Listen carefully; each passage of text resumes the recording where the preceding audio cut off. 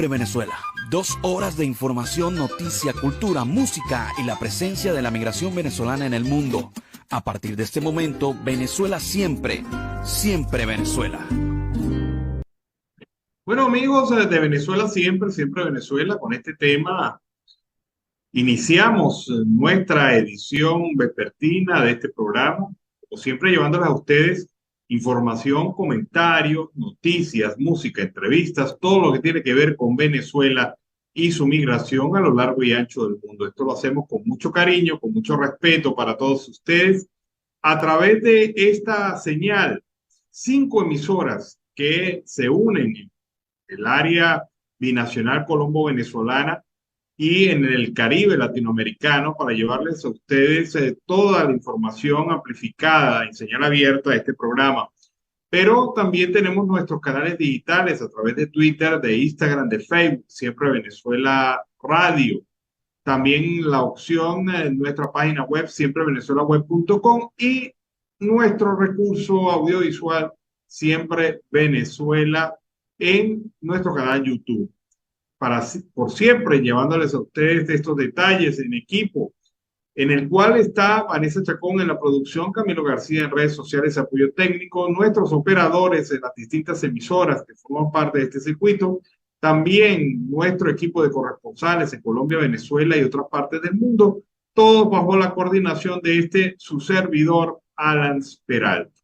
Bueno, iniciamos este programa del día de hoy comentándoles que un grupo considerable de organizaciones no gubernamentales en Venezuela han fijado su posición de rechazo al proyecto de ley de fiscalización, regularización, actuación y financiamiento de las organizaciones no gubernamentales y afines que actualmente se discute en la Asamblea Nacional y que fue aprobado en primera discusión.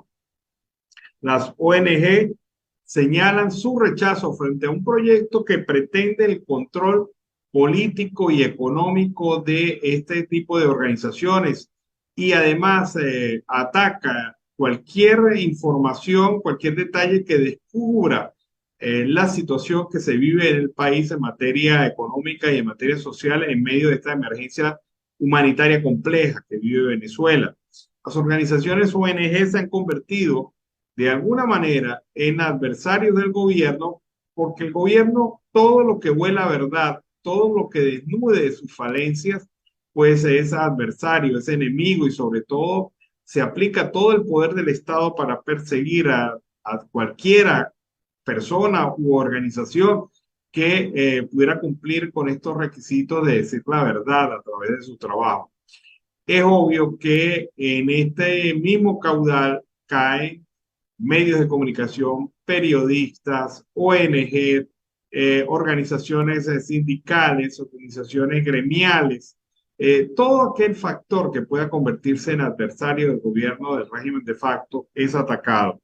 Es de destacar que este proyecto de la ley de fiscalización, regularización, actuación y financiamiento de las ONG, actualmente aprobado en primera discusión en la Asamblea Nacional, considera que la mayoría de las ONG han sido creadas con fines políticos y de desestabilización.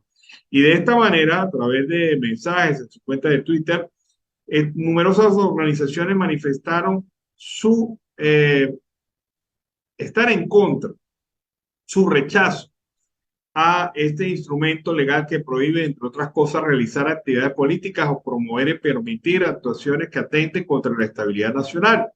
El problema es quién determina eso. ¿Quién dice en Venezuela que una organización atenta contra la estabilidad nacional? ¿O quién en Venezuela lo dice? Dice que quién realiza actividades políticas. Pues obviamente el Estado, un Estado contaminado, un Estado lleno de paradigmas y sobre todo actuando con su único afán y objetivo, la lucha por mantener el poder.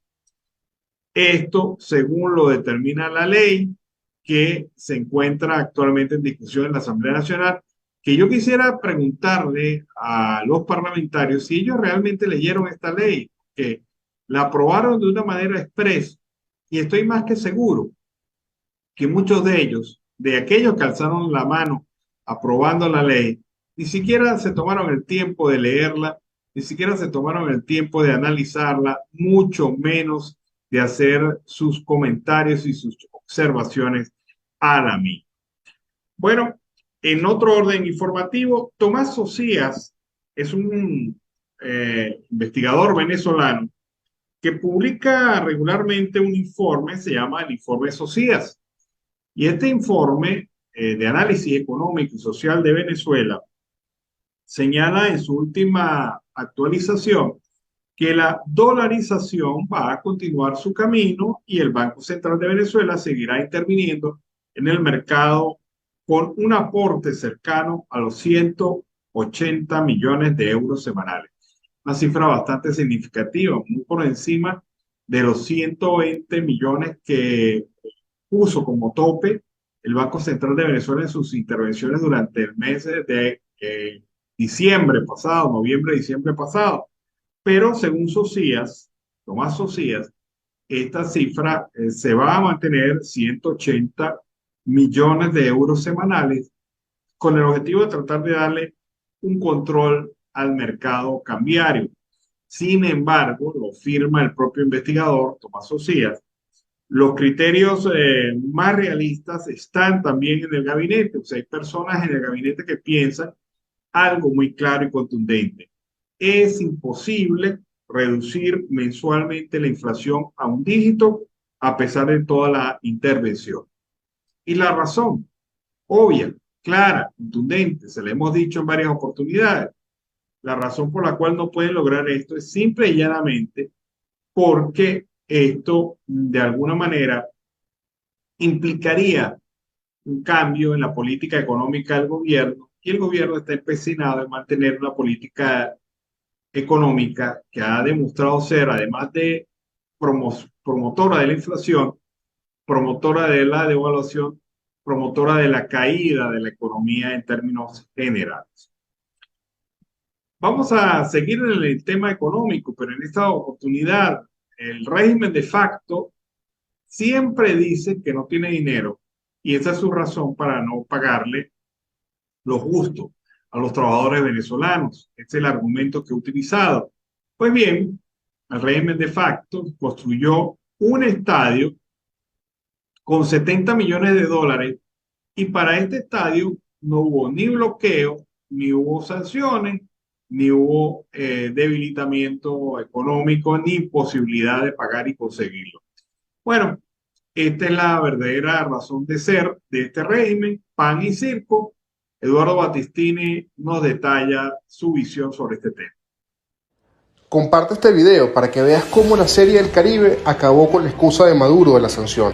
La excusa perfecta del régimen para no atender a los venezolanos es decir que las sanciones tienen la culpa. 70 millones de dólares se gastaron en un estadio y yo me pregunto, ¿y dónde quedaron las sanciones? Mientras Maduro le muestra al mundo este estadio, los pensionados venezolanos ganan mensualmente $5,65. Con lo que gastaron en ese estadio se hubiesen comprado 175.000 sesiones de diálisis para los niños del JM de Los Ríos. También se hubiesen podido comprar 7 millones de tratamientos para la atención a nuestros abuelos venezolanos. Con esos 70 millones se habrían construido 7.000 casas a quienes perdieron todo en las tejerías.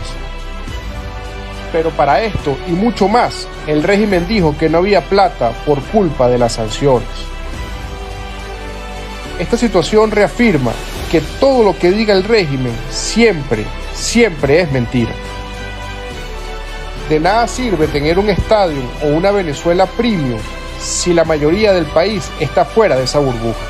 Venezuela se arreglará cuando los venezolanos tengamos salarios dignos, una casa digna, salud y educación de calidad y capacidad de ahorro para progresar. La única forma de que esto sea posible es con Maduro fuera de Miraflores. Bueno, vean ustedes, 70 millones en lo que se pudo haber invertido. Pero bueno, este es un régimen que tiene unas claras prioridades y precisamente no es el pueblo el que está de primero en esas prioridades. Está el hecho de hacer propaganda hacer publicidad con un evento deportivo, transformarlo en un evento de promoción y obviamente pues asumir esta promoción como un plan de marketing de su gestión, cuando todos los venezolanos, por lo menos la inmensa mayoría de los venezolanos, el 98% de los venezolanos, se encuentran en este momento pasando necesidades y están ganando muchísimo menos de lo necesario para una mediana calidad de vida. Bueno, amigos de Venezuela siempre, siempre Venezuela, un tema suavecito para ir al segundo segmento del programa en la tarde de hoy. Como siempre, llevándoles a ustedes información, comentarios, noticias, música, entrevistas, todo lo que tiene que ver con Venezuela y su migración a lo largo y ancho del mundo. Bueno, les comentábamos en informaciones durante el día de ayer que se venía celebrando en el estado Margarita, en la isla de Margarita, una reunión entre representantes de la OIT, la Organización Internacional de Trabajo, representantes del gobierno, trabajadores y empresarios. Esto es lo que llaman el pacto social, el foro social en Margarita. Bueno, lo hicieron en Margarita precisamente para que no se percibiera con fuerza por parte de los funcionarios de la OIT la protesta social por el tema del salario y el tema también de las condiciones de los trabajadores en Venezuela. Bueno, más allá de eso, ¿qué se ha discutido allí? ¿Qué se ha hablado allí en esa reunión? Poco se ha filtrado a los medios, pero los representantes del Observatorio Venezolano de Libertad Sindical han estado publicando información durante el día de hoy de lo que se ha venido discutiendo en el foro social de Margarita. Veamos, el gobierno se niega a reformar las leyes que criminalizan la actividad sindical. Esa es una de las recomendaciones de la comisión de encuesta que debe cumplir. Recordemos que la comisión de encuesta es un organismo, un ente de la OIT que vino a Venezuela y fijó una serie de pautas de lo que debe cumplir el gobierno para que se entienda que hay verdadera libertad sindical y hay condiciones dignas para los trabajadores. Este es uno de los temas que se dijo en aquella oportunidad, estamos hablando de hace varios meses, y que todavía el régimen no ha cumplido, sino que más bien se ha enfatizado con mayor fuerza el hecho de la violación de los derechos laborales, sindicales y de organización por los trabajadores. Bueno, el gobierno nuevamente en este foro social se ha negado a reformar las leyes que criminalizan la actividad sindical. Los representantes de los trabajadores en el foro social han propuesto constituir una mesa bipartita con la presencia del Consejo Nacional Electoral para reformar las normas de ese órgano que dificultan la realización de elecciones sindicales y gremiales de manera libre y autónoma. También los representantes de los trabajadores le han recordado a los otros actores del diálogo tripartita que desde el 2017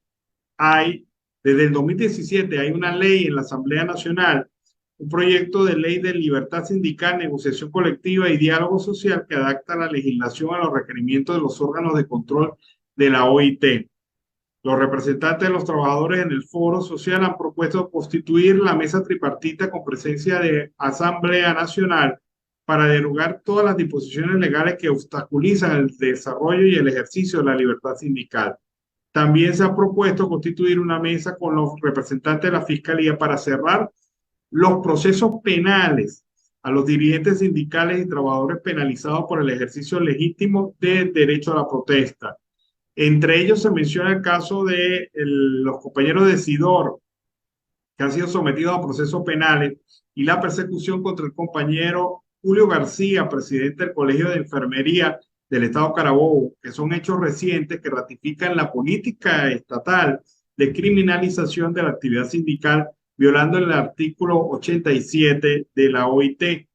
La mesa del diálogo social también debe abordar el cumplimiento del convenio internacional número 87 sobre libertad sindical. Los trabajadores han exigido el cese de la represión porque no es posible que se siga criminalizando la legítima protesta obrera. Hasta ahora, desde la perspectiva de los trabajadores, estas son las cosas que se han planteado en este foro social que se está desarrollando en la isla de Margarita con, repito, la participación de trabajadores, el sector empresarial, el gobierno y la mediación de la OIT, los representantes, los altos dignatarios de la OIT que se encuentran en Venezuela desde el día de ayer. Bueno, seguimos aquí con más información en Venezuela siempre, siempre Venezuela. Hay un detalle informativo y este tema sindical sigue profundizando la demagogia. A mí me parece que es demagógico lo que les voy a leer. Los sidoristas que participan en la mesa de trabajo promovida por la Gobernación del Estado Bolívar en Ciudad Guayana informaron que la directiva de la estatal la directiva de Sidor, se comprometió a reincorporar a 2.500 trabajadores no requeridos para el mes de febrero. Esas conversaciones iniciadas el pasado 13 de enero como respuesta a una protesta de 5 días organizada por el personal de la siderúrgica del Orinoco Sidor, tiene como objetivo dirimir la problemática salarial y el impago de beneficios laborales. Los obreros han venido denunciando la falta de efectividad de la instancia, ya que luego de 12 encuentros no había ningún tipo de resultado. Sin embargo, en la última discusión, pese a que no hubo ningún avance en materia salarial, la directiva se comprometió a iniciar la reincorporación de los obreros que salieron de sus puestos durante la pandemia bajo la figura de no requeridos, que no existe en la legislación venezolana. Según los representantes de los trabajadores, este mismo mes empezará el ingreso de 2.500 trabajadores. Estamos solicitando la data de los mismos para darle viabilidad lo más pronto posible. Ahora yo me pregunto una cosa, no sé, analizando esto desde el punto de vista lógico. La empresa Sidor dice que no puede pagar el incremento salarial solicitado por los trabajadores, que por cierto está sobre los $600. El ingreso al salario mínimo, $600 para los trabajadores de Sidor. Y decide ingresar 2.500 trabajadores más a su nómina. Ahora, si no tiene para pagar los $600 con la nómina actual, no tiene para pagar, lógicamente, mucho menos con los 2.500 entrantes que empiezan a ingresar el próximo mes de febrero. Ahora, esto va en la línea de la productividad de la empresa. La empresa está produciendo para poder pagar a estos trabajadores. La empresa está generando para poder pagar a estos trabajadores. Indudablemente que la excusa de la empresa es que no está haciendo la productividad que se aspira. Y tengo entendido que la capacidad ociosa de Sidor está sobre el 80%. Es una empresa que tiene una capacidad ociosa tan alta, que tiene un déficit con sus trabajadores actuales de nómina. Anuncia que va a ingresar 2.500. O sea, no hay lógica en esto. Y evidentemente, pues, esto más bien, en vez de favorecer, complica la situación de los trabajadores. Bueno, ellos entenderán. La docente Viviana Sabe, en la ciudad de Mérida, ha exigido al gobierno el pago de la deuda pendiente a los educadores. Dice que ya basta de la excusa esta del bloqueo, porque ella no ve el bloqueo por parte del régimen. Escuchemos a esta educadora docente Viviana Sabe. De 27.000 millones de dólares solamente por el ingreso de la exportación de petróleo neto. Nos cobran a nosotros, el pueblo, el gasoil, la gasolina en dólares, nos cobran los impuestos, los servicios públicos en dólares, la ley de transacciones, la reforma de la ley de registro de notaría. ¿Cómo que no tiene plata? Páranos, irresponsables, inhumanos. ¿Cuál bloqueo? Aquí no hay bloqueo. Si no llegaran las flotas de las camionetas lujosas a ustedes, a los altos jerarcas del gobierno, del régimen. ¿Cuál bloqueo? Si salieron 4 buques de petróleo para Estados Unidos, exigimos salarios anclados al dólar. Salario justo. Salario justo. Salario. Bueno, ahí está la protesta. Y vean lo grande que tuvo en Mérida la protesta de los trabajadores. Bueno, amigos de Venezuela siempre, siempre Venezuela, iniciamos esta segunda hora del programa en la tarde de hoy, este tercer segmento del programa, como siempre, con la bienvenida, la invitación a Carlos Ucate el Miura, que siempre me deja pendiente el café, no me lo trae. Buenas tardes, Carlos, ¿cómo estás? Una feliz tarde a Alan Ernesto Peralta y por supuesto a la audiencia del programa Siempre Venezuela Radio. Pronto nos tomaremos un buen café con brandy o un café a lo maracucho, hirviendo a las 12 del día. ¿Cómo estás, Alan? Bueno, estamos muy bien, Carlos. Hay un tema que precisa de alguna u otra manera lo que hemos venido hablando en estos días. La gran pregunta, ¿cuánto debe ser el salario mínimo en Venezuela?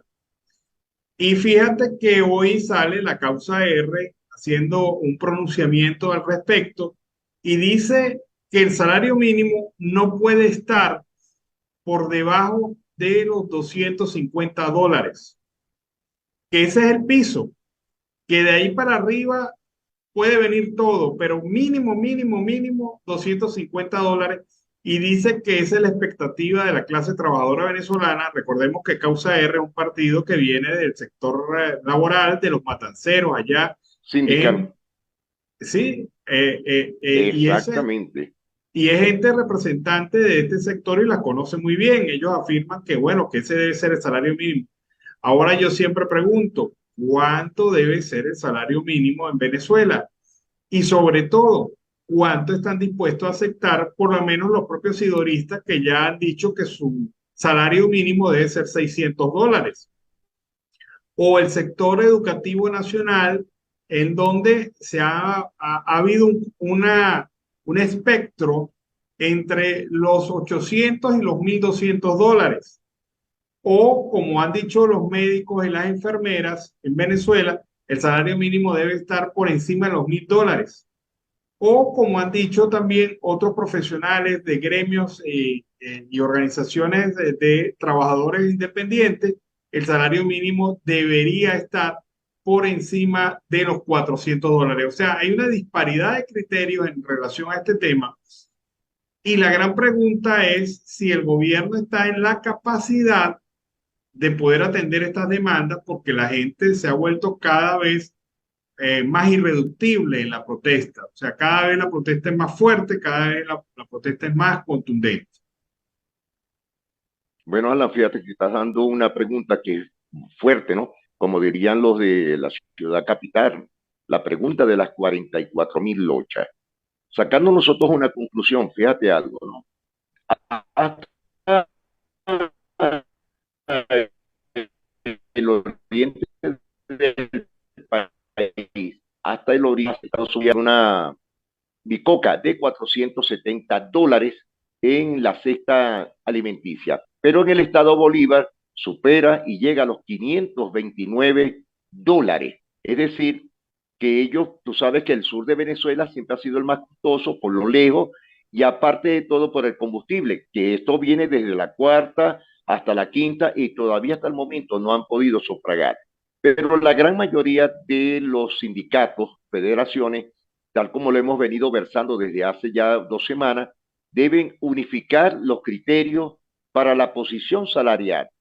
Considero, si tú me preguntas, Carlos, ¿cuál sería el sueldo acorde en el país? Yo diría la cifra de $650 para cubrir cesta alimentaria, colegio, pasaje, y que les quede algo, aunque sea para una quincena, para poder ellos sufragar algunos gastos como útiles escolares y otras. Ese es el punto. Pero hasta que los sindicatos, los gremios, colegios y otros, y las federaciones, por supuesto, deben unificarse. Y creo que lo están haciendo, Alan, pero lo hemos venido versando desde hace días. Bueno, Carlos, pero fíjate, mientras esto ocurre, mientras se intenta definir la cifra mágica, digamos, en, Exacto. en la isla de Margarita se viene desarrollando el foro social a puertas cerradas, A pero puerta cerrada. se han filtrado algunas informaciones en relación a eso. Los temas que se han discutido es reforma de leyes para evitar la persecución sindical a los sindicatos y a los líderes de los sindicatos. Mesa de trabajo con la Fiscalía General de la República para la inmediata liberación de todos los trabajadores presos por motivo de protesta. El otro tema que se ha tratado es la iniciativa de una modificación de ley que permita que el Consejo Nacional Electoral facilite el proceso de elección y renovación de las autoridades de los sindicatos. De lo que no se ha hablado es el tema salarial. De ese tema no se ha hablado. El tema que tienen encaparado. Claro, y se supone que de este foro social va a salir la propuesta del gobierno. Y estaría esperando este escenario para anunciar su propuesta. Pero es obvio que es el tema más caliente, la papa caliente que nadie quiere abordar todavía, morderla directamente porque se puede quemar. Pero los que están allí representando a los trabajadores han insistido sobre estos temas. Y Fede Cámaras ha tenido, por lo que se deja entrever, una actitud más conciliadora, pero sin embargo nunca va en la línea de la exigencia de los trabajadores. $650, como tú dices, es el salario mínimo en Ecuador. Correcto. Pero evidentemente el gobierno nunca va a ofrecer ese monto. Y no lo va a ofrecer ni siquiera demagógicamente, porque no tiene la capacidad económica para responder a ese compromiso. Y se viene hablando de una cifra de $100. Ahora, nadie va a abandonar la calle por $100. Por supuesto. Y fíjate algo, Alan, ya que hablaste de Fede Cámara, quisiera saber dónde está la gente de Conindustria, de Fede Industria y de las cámaras de comercio que hay en el país, en Venezuela. Porque yo en 2 ocasiones tuve que hablar de $50 como salario base. Alan, mira, y han tenido que recular en diferentes ocasiones, hasta en el día de ayer, para poder versar sobre el tema salarial. Fede Cámara de una variable dentro de lo que es el punto de la divisa norteamericana ante la moneda, a pesar que ya la moneda venezolana es la más devaluada en el 2022, según el Observatorio de Finanzas.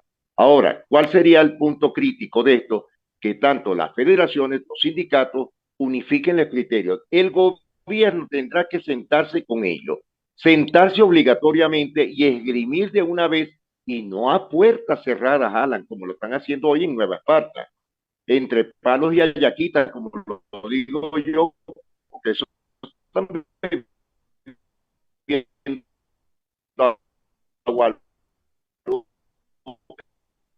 y de la conjuntamente todo, premios de las opciones también.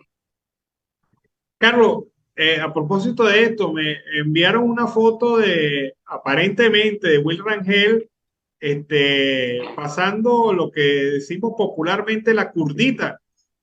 Y uno no puede creer que un representante de un sector tan importante como el sector petrolero y nacional del país se presente a una reunión en esas condiciones. O sea, eso se deja para las fiestas sociales, para las reuniones entre panas, para incluso las reuniones directivas del sindicato. Pero bueno, eso te habla muy bien, muy claro de quién es el personaje, ¿no?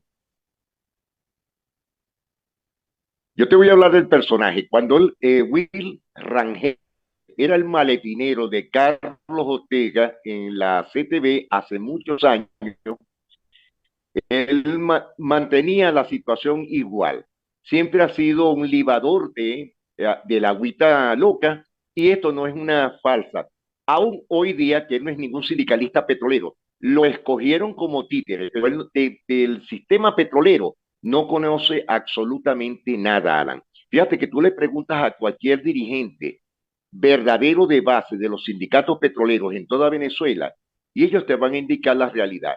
huir sencillamente, lograron montarlo, lo encaramaron en la FUTEC, que es la Federación Unitaria de los Trabajadores Petroleros Marinos de Venezuela.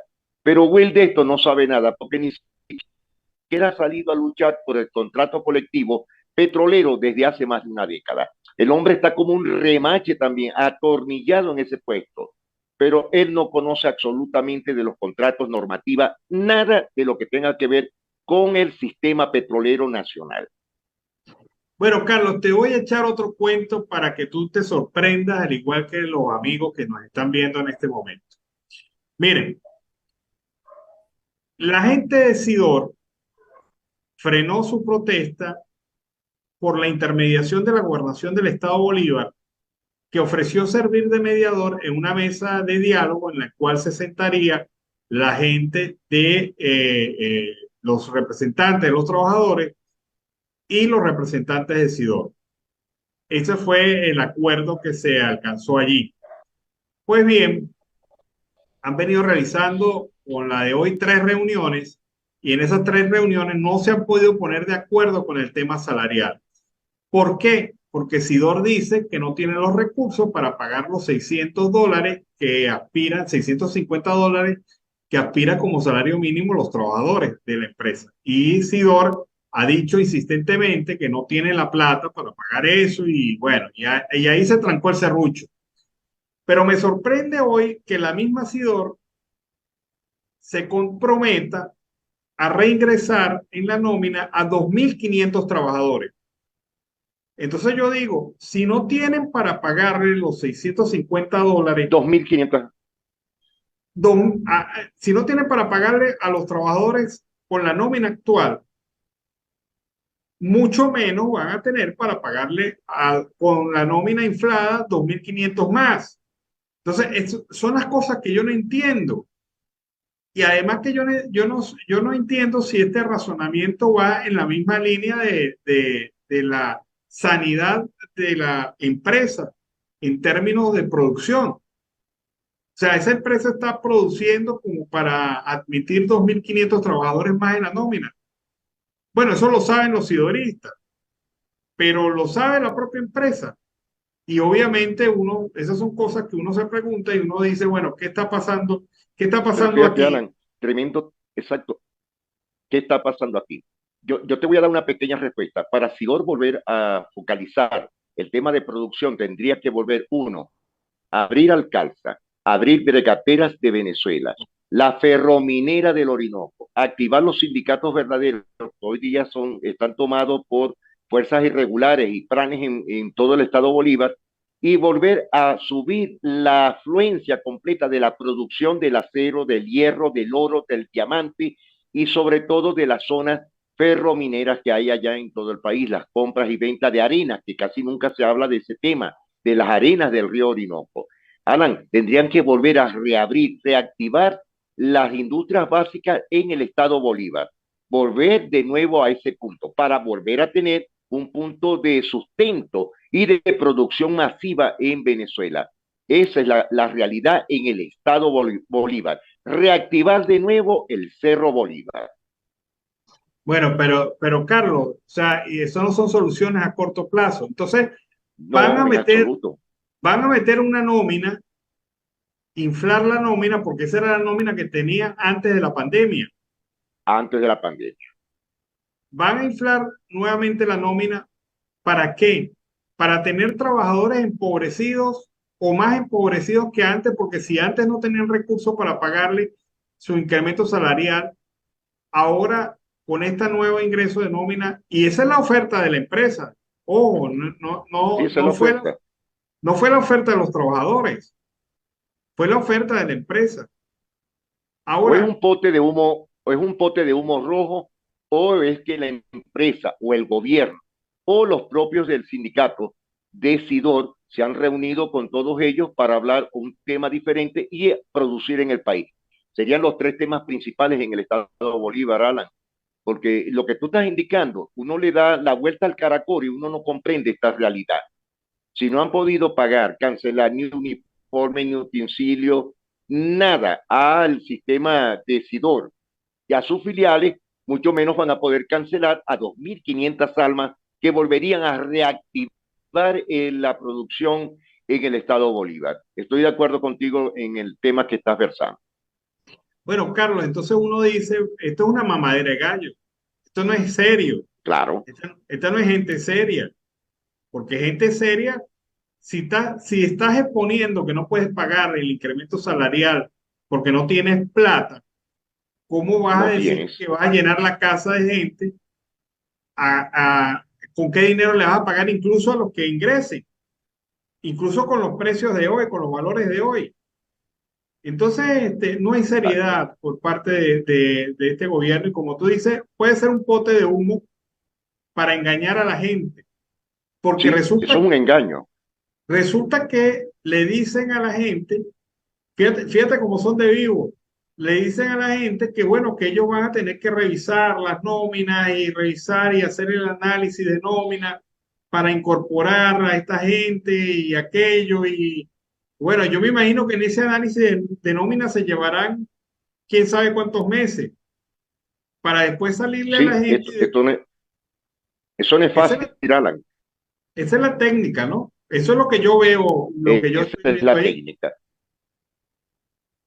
No, y tocaste un tema muy importante. ¿Tú sabes a lo que le tiene miedo el régimen de Nicolás Maduro, Alan? El Ministerio del Trabajo? Reactivar de nuevo, ganar, pero ni uno, ni siquiera el sindicato de los locos. Esa es la realidad. Ese es el temor o miedo que tiene actualmente el Ministerio del Trabajo porque no tienen la capacidad. Bueno, ahí queda el tema. Otro tema, la destrucción prácticamente de un edificio residencial por el estallido de la tubería matriz en San Antonio de los Altos, en los Altos De los, Mirandinos. sí, señor. Esto es de Hidrocapital, pero la destrucción es bestial. Lo que ocurrió anoche a medianoche fue bestial. O sea, Totalmente. una fuerza del agua que acabó con apartamentos, fachadas de apartamentos, 70.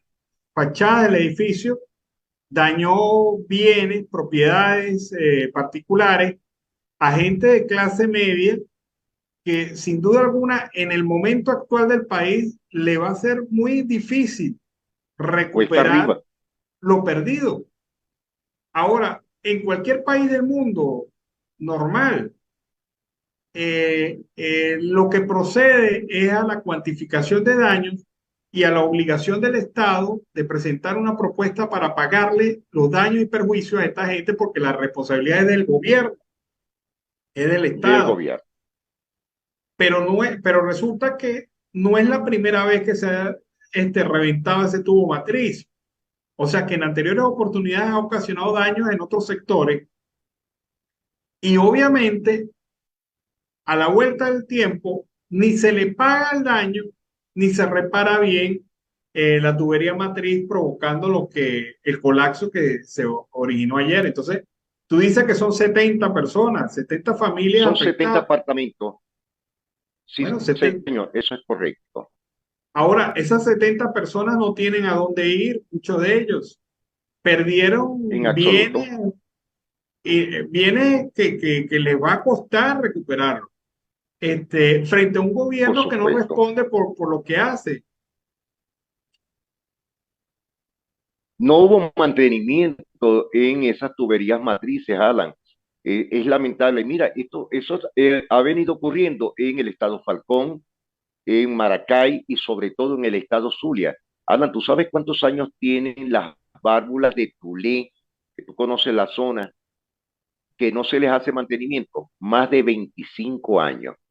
¿Quién aguanta eso? No tiene ni siquiera una pinturita o algo para echarle, para decir algo. Esa es la gran realidad. Mira, el día que la tubería madre de planta C, que va hacia Pequimén,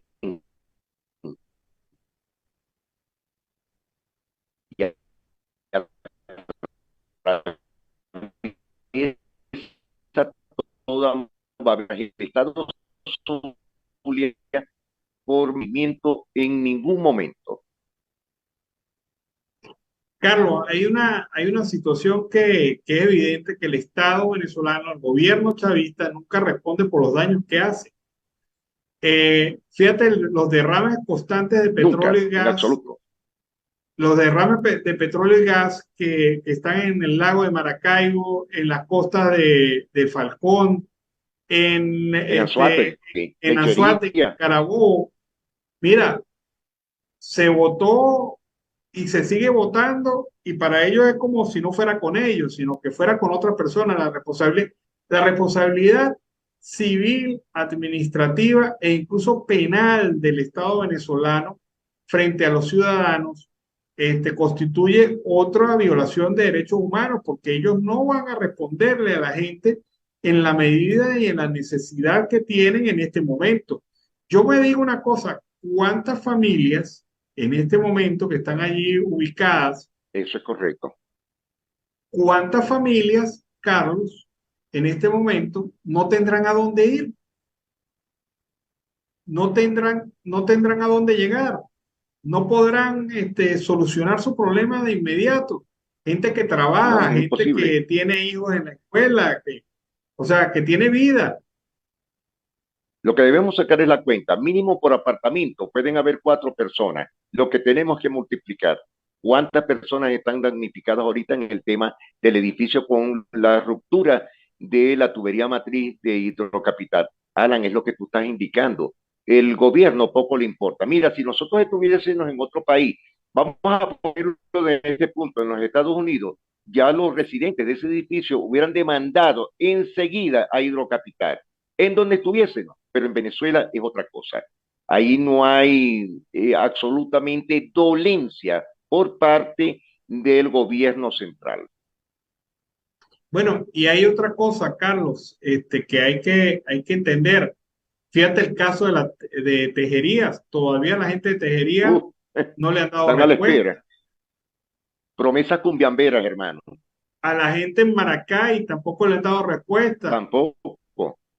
O sea, este es un gobierno que se caracteriza por faltarle constantemente el respeto al ciudadano, por Y mentir. simple y llanamente no pararle ni media al ciudadano, ni a sus demandas, ni a su Eso es situación. correcto.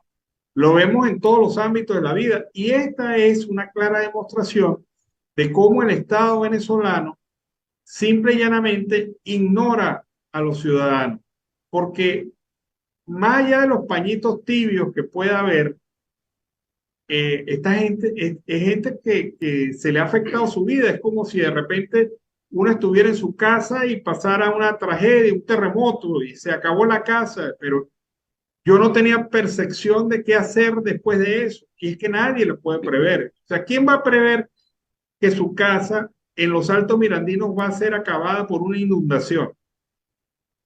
Y por cierto, y por parte del gobierno, por la falta de mantenimiento. Claro, o sea, eso es lo claro y lo más lógico de lo que está pasando. Entonces, es el país que tenemos. Un país en donde los trabajadores exigen salarios, salen a la calle por el salario y el gobierno lo menos que habla es del tema salarial y evade el tema salarial. Sí, Unos esa es la trabajadores palabra, evaden. evade, todo es un proceso de evasión de culpa de terceros, de que las sanciones, de que hubo X o Y que me afectó, fueron ellos, no fui yo. Y lo más bárbaro es que ya se superó el límite de paciencia del pueblo venezolano. Yo cada día veo a este pueblo cada día más molesto y menos preocupado por las consecuencias de su molestia. Es decir, es gente que va a hacer lo necesario, así esto ponga en riesgo su vida o ponga bajo amenaza su vida, porque la gente ya no tiene vida, así de sencillo. Este No, régimen le no. ha quitado Y fíjate algo, Alan, que hoy en la tarde salieron los maracuchos a las calles, no quieren regresar a su casa, es decir, están haciendo lo que debieron haber hecho hace mucho tiempo. Y fíjate que hasta la Guardia Nacional tuvo que recular y echar hacia atrás, porque ellos también son pueblos, saben la situación que están pasando, Claro, y su familia también vive en las mismas circunstancias. por supuesto, O sea, es una cosa, a menos, a menos que esa gente matraquee para toda la familia de ellos. pero es que a todos los venezolanos, a todos, incluyendo al pueblo militar, como a ellos les gusta utilizar ese término, a todos, incluyendo al pueblo militar, nos han arrinconado. Ya no hay opciones, ya no hay alternativas. Ya la única opción que le queda a los venezolanos es el cambio de régimen, el cambio de gobierno, porque incluso este gobierno ofreciendo soluciones, nadie tiene la confianza de que esas soluciones vayan a perdurar en el tiempo. Nadie piensa que el aumento que le dan hoy servirá dentro de un año. Nadie sabe, nadie cree que este gobierno pueda darle la solución a los problemas de salud, de educación. Lo único que creen eso son los enchufados, como la diputadita esa que sacó de San Agustín al cantante Nacho, que tuviera el Sí, discurso. señor, eso es verdad. Pero resulta que cuando le ven las fotos de su Instagram, la ven gozándose el imperio, porque parece que eso les encanta a ellos. Definitivamente es una cosa increíble. Sí, sí, indiscutible. Oye, Alan, quería hacerte una pregunta. ¿Es verdad usted que salió anoche dando gritos y bombos por los Leones del Caracas? Bueno, yo puedo permitirme ese lujo porque no hay magallanero cerca aquí en esta casa. Y entonces, los Yo estoy asombrado de algo, Alan. ¿Qué? Cuéntame. Mira, sabes que algo que me gustó mucho para romper un poco y no hablar tantas cosas malas de ese régimen perverso, pero me alegra mucho de ver a sus 103 años al fanático número uno de los Leones del Caracas, que es Chivita. 103 años, las 21 temporadas, las ha No, vivido. Eso es algo único, eso es una historia. yo creo que ese es un récord Guinness, el único fanático Sí, sí, de un equipo de béisbol fanático profesional vivo. que ha visto todos los campeonatos de los Leones del Caracas, todos. Los Y creo 21 que, títulos, Alan. y creo que eso habría que revisar, obviamente, y de Sí, 103 años, increíble, increíble Lezama. Ahí está sí, hecho señor. Chivita les ama. como símbolo del país. Carlos, se nos acabó el tiempo. Sí, Me señor. enorgullece ver al primer águila, fanático de las Águilas del Zulia apoyando a los Leones del Caracas. Eso es bueno. Hermano, acuérdense, yo viví en Caracas también. Habían dos opciones, Águila o los Leones. Así es. Bueno, nos vamos a la pausa comercial y musical del momento. Al regreso seguimos aquí con más de Venezuela siempre, siempre Venezuela. Bueno, amigos de Venezuela siempre, siempre Venezuela, seguimos acá con el programa, seguimos con más información. Los jubilados de PDVSA han seguido en las calles exigiendo el respeto por sus derechos, especialmente por este cambio que les desfavorece de 4 petros en el pago mensual de su fondo de jubilaciones a solamente $150 mensuales. Quiere decir esto que han perdido $90 en una transacción que solamente decidió, corrigió y atendió el régimen de facto. Veamos cuáles son las razones de esta protesta. Un saludo a todos los amigos. Ya sobre la institucionalidad de Ají y de Borges, los amigos lo defendieron muy bien. Yo quisiera hablar de otras cositas rápidas. A mí me parece que la situación que estamos viviendo los jubilados en estos momentos es lo suficientemente compleja que nos permita que grupos como los que estamos acá le metamos análisis, porque lo que se está acercando es una situación delicada en la cual merecemos nuestra intervención. A nosotros nos quitaron los petros, bienvenido que nos han quitado los petros. Nos están dando ahorita $150, que por cálculo deberían ser $240 al valor del Banco Central de Venezuela. Pero ok, vamos a ver los beneficios, como decían ayer en una reunión, que nos quitaron los petros, que era un dolor de cabeza. Ahora, eso es apenas una pequeñita arista del problema. Aquí tenemos problemas muy serios. Nosotros tenemos que presionar y luchar para que los estatutos que fueron modificados modificado, se revierte esa modificación para que sigamos siendo nosotros los verdaderos propietarios del fondo. Nosotros a estas alturas no sabemos, del 2016 para acá, cuáles son los estados financieros, cuál es la entrada, la salida del fondo de pensiones del 2016 al 2000. Cualquier cuenta que la gente saque a estas alturas, cualquiera es especulativa. Necesitamos esos estados financieros. Y por supuesto, los arreglos de pago, los convenios de pago. O sea, no es posible que PDVSA, que tomó un dinero de más de 2.000 millones de dólares, estemos nosotros devengando una cantidad muy relativamente pequeña de los $660 que nos corresponden. Pero es que además de eso, tenemos un problema bien serio, que es el HCM. Yo conversaba ya con los amigos de Caracas. Bueno, amigos de Siempre Venezuela, esta es la situación de los jubilados. No entienden cómo le han hecho kikiriwiki nuevamente con su fondo de pensiones y jubilaciones. Están pagando ahora mucho menos de lo que le pagaban antes, que era una cantidad pírrica para los recursos, del monto de recursos que se invirtió en ese fondo. Bueno, la situación de salud en el estado de Amazonas es grave.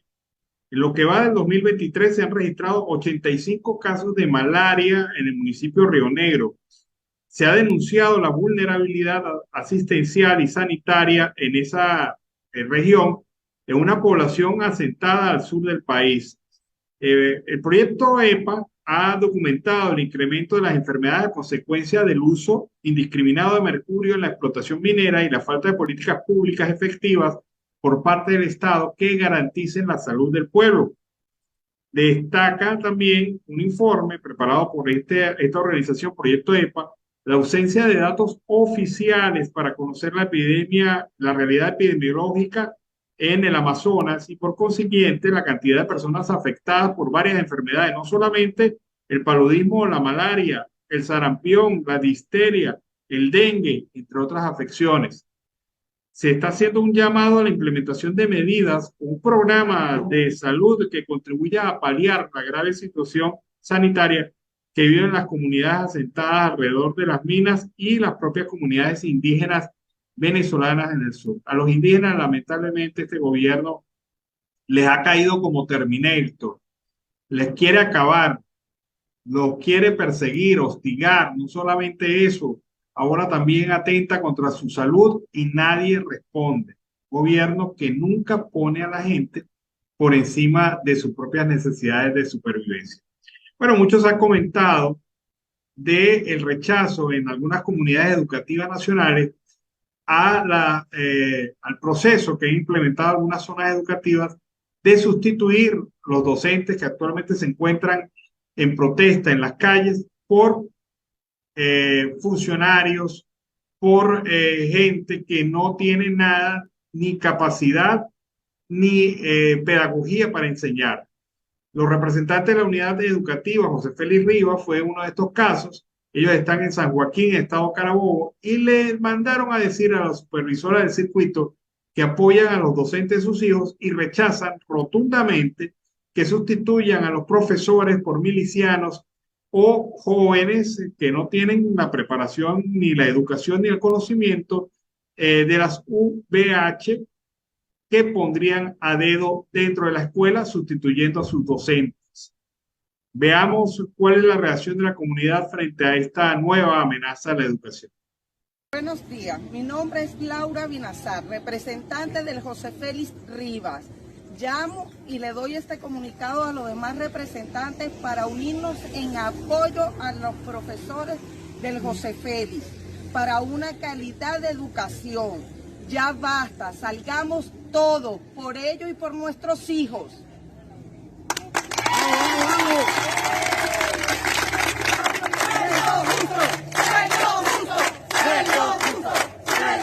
Como representante me uno a la protesta con los docentes. ¿Cómo los voy a apoyar? Yo propongo no mandar más a los niños al colegio, a la concentración manifestaciones y marchas con los docentes, porque la lucha de todo, de los docentes, los representantes por nuestros niños. Estamos de acuerdo a no mandar a nuestros hijos al colegio hasta que no le den un sueldo justo, no representantes. Cero milicianos, porque ellos no están capacitados, para educar a nuestros hijos. No tienen la pedagogía. Que den clase a nuestros hijos, entonces que el gobierno acate a que le den un salario justo a los maestros y profesores. Claro. Cuando hablan del derecho interior del niño a la educación y dónde queda el derecho de los docentes, de los niños de los docentes, ellos también tienen hijos y esos niños merecen tener una buena vida, una buena educación, vestimenta, alimentación. Ese derecho de los niños de los docentes. De ellos se olvidan cuando los docentes están reclamando. Eso está en la Constitución. Claro, pero a ellos no les interesa. Lamentablemente no les interesa, Los pero niños de nosotros los aquí como maestros, de los representantes nos profesores. interesa que ellos tengan un sueldo justo. Y no es el maestro nada más, ni el médico, Es nacional. Y los representantes queremos que nuestros hijos tengan docentes calificados, que tengan nuestros hijos una educación calificada, no con eso de chamba juvenil, milicianos, que de eso tengan no queremos. pedagogía, ¿verdad? Que sean unos docentes de calibre, de calidad. Bueno, ahí está la reacción de las comunidades. ¿Quieren o no quieren educación de calidad? ¿Quieren que milicianos y personas sin capacidad, sin preparación, solamente por motivos políticos, sustituyan a los maestros preparados, capacitados y educados? Ahí está la respuesta. La comunidad está harta, el país está harto de un régimen que de verdad no ofrece ninguna solución, ni la va a ofrecer. Es mentira, no tiene capacidad de ofrecer soluciones, ni la va a ofrecer. Vamos a escuchar el reporte de Rixia Navarro de la costa oriental del lago, quien nos trae el caso de becarios del estado Zulia que no se han podido graduar porque sus becas precisamente no han llegado. Gracias por el pase a los estudios, iniciando el recorrido informativo en la costa oriental del lago, estado Zulia, Venezuela, para nuestros amigos de Siempre Venezuela. Y en esta parte estamos ahondando lo que es la parte educativa en la costa oriental del lago. Vamos a conversar con el rector de la Universidad, Alonso de Ojeda, que nos va a expresar su planteamiento ante las becas otorgadas por la gobernación y sobre todo el caso de unos jóvenes a las cuales no han podido obtener su título de grado debido a una situación irregular que se ha llevado a cabo por la cancelación de estas respectivas becas. ¿Su nombre, rector? Bueno, buenas tardes. Mi nombre es el doctor Henry Vázquez, rector de la Universidad Alonso de Ojeda.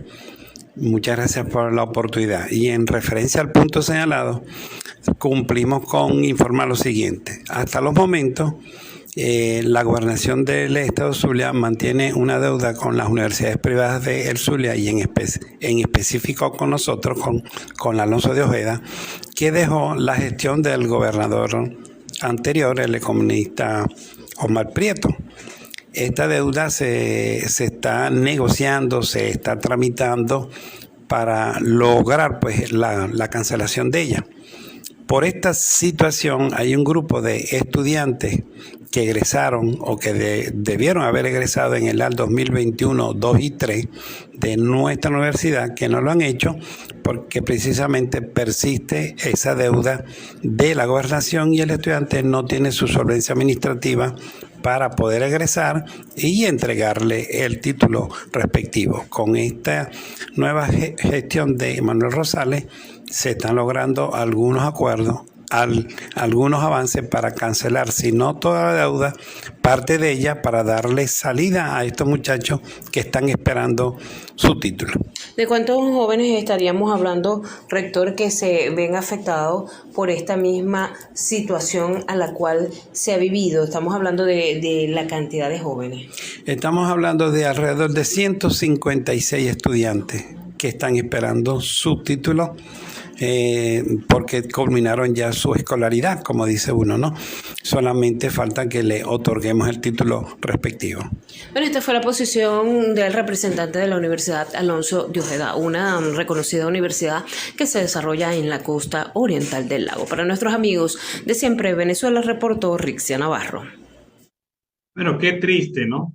Un estudiante pendiente del pago de un compromiso que el Estado, en este caso el Estado Zulia, había asumido con su universidad. Obviamente hay que hacer énfasis que es de la gestión anterior, el anterior gobernador, Omar Prieto, que nunca pagó lo que prometió pagar. Lamentable. Nos despedimos.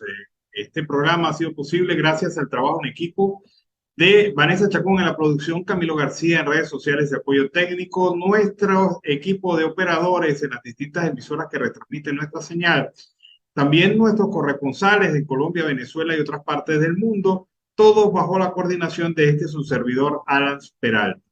Nos despedimos hasta mañana, que descansen, feliz noche. Siempre Venezuela es un programa que te brinda las mejores noticias, comentarios, análisis, entrevistas y música. Información sin censura en la voz de los protagonistas. Todo un equipo de producción de primer nivel. Siempre Venezuela. Lo encontrarás en las radios de tu preferencia. O si no, visítanos en nuestras plataformas digitales. Siempre Venezuela Radio. En Instagram, Facebook y Twitter. De lunes a viernes le decimos lo que en Venezuela prohíben. Porque somos Venezuela siempre, siempre Venezuela.